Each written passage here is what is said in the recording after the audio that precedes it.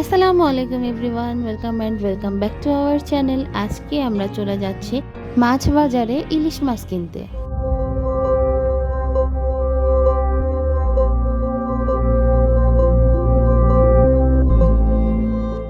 আমরা চুরিপট্টির মধ্যে দিয়ে যাচ্ছিলাম মাছ বাজারে।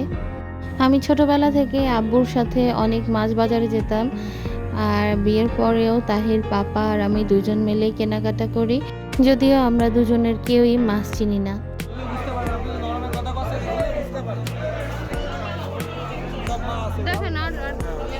বাজারে বেশ কিছু দোকানে ইলিশ মাছ ছিল, বাট দামাদামি করে নিতে হয়। আসলে আমরা এই যে দোকান থেকে মাছ নিয়েছিলাম, একটু দামাদামি করার চেষ্টাও করছিলাম, জানি না পেরেছি কিনা। আর ইলিশ মাছের দামটা আমি বলবো না, কারণ দামাদামির উপরে ডিপেন্ড করে আসলে মাছের দাম।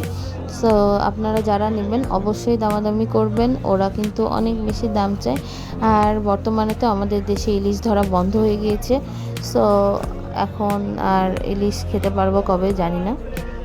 এই তো এরপর আমরা বাসায় চলে যাচ্ছিলাম, আমরা বাজারের মধ্যে দিয়ে যাচ্ছিলাম। আমার ইলিশ মাছের সাথে শাপলা ফুল খুব পছন্দ, বাট আমি সারা বাজারে খুঁজেও শাপলা ফুল কোথাও পেলাম না।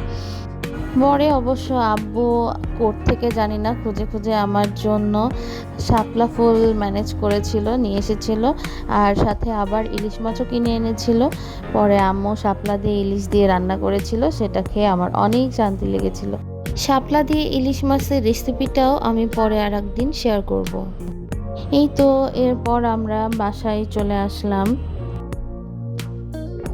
এই যে আমাদের ইলিশ মাছগুলো, আম্মু ইলিশ মাছ দেখেই সাথে সাথে কাটতে বসেছিল।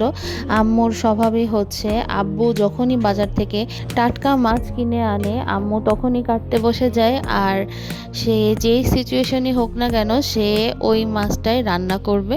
তো আমার ক্ষেত্রেও ব্যতিক্রম ছিল না, আম্মু মাছ কাটতে বসে গিয়েছে এবং তখনই আমাদেরকে মাছ রান্না করে দিয়েছিল। প্রথমে ইলিশ মাছগুলোকে আম্মু সুন্দর করে লবণ হলুদ মাখিয়ে রেখে দিয়েছিল, তারপর এগুলোকে রান্নাও করেছিল কিছু অংশ, আর কিছু অংশ আমরা ভাজি করেছিলাম। এই যে এখন যেটা দেখতে পাচ্ছেন এটা হচ্ছে আমার নানির রেসিপি, আমার নানি নাকি এভাবে রান্না করতো। সো আম্মু সেভাবে করার ট্রাই করে। ঝাল পেঁয়াজ ভেজে শুধু এটার মধ্যে লবণ হলুদ আর জিরার গুঁড়া ছাড়া আর কোনো মশলা দেয় না, দিয়ে এটা জাস্ট ভাপে রান্না করে।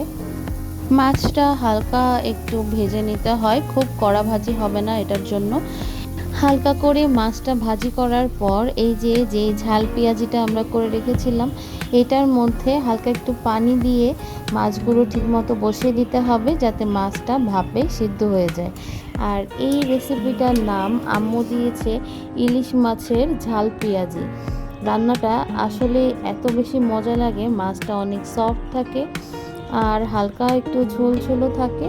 যারা একটু ঝোল ঝোল পছন্দ করেন তারা এইভাবে ইলিশ মাছটা ট্রাই করে দেখতে পারেন, আশা করছি আপনাদের খুবই ভালো লাগবে। রান্না শেষে আম্মু একটু ধনেপাতাও দিয়ে দিয়েছিল, যাদের ধনেপাতা পছন্দ না তারা স্কিপ করতে পারেন। আর এই যে কিছু অংশ মাছ আমরা আবার ভেজেছিলাম, এগুলো কড়া ভাজি করা ছিল, এগুলো খেতে তো খুবই মজা। আর মাছের যে লেজটা ছিল সেই লেজটা দিয়ে আমরা এই যে ভর্তা বানিয়েছিলাম, আর সাথে ছিল আলু ভর্তা, ইলিশ মাছ ভাজি, গরম গরম ভাত, আর এই যে লেজ ভর্তা। এত বেশি মজার ছিল খাবারটা, আলহামদুলিল্লাহ সবাই অনেক ভালো করে খেয়েছি। আর ইলিশ মাছ তো আমাদের সবারই অনেক প্রিয়, সো এটা দিয়ে আসলে যাই করা হোক না কেন আমাদের কাছে ভালোই লাগবে। সো আজকের ভিডিও এই পর্যন্তই, সবাই আমাদের সাথেই থাকবেন। আল্লাহ হাফেজ। Please do like and subscribe our channel and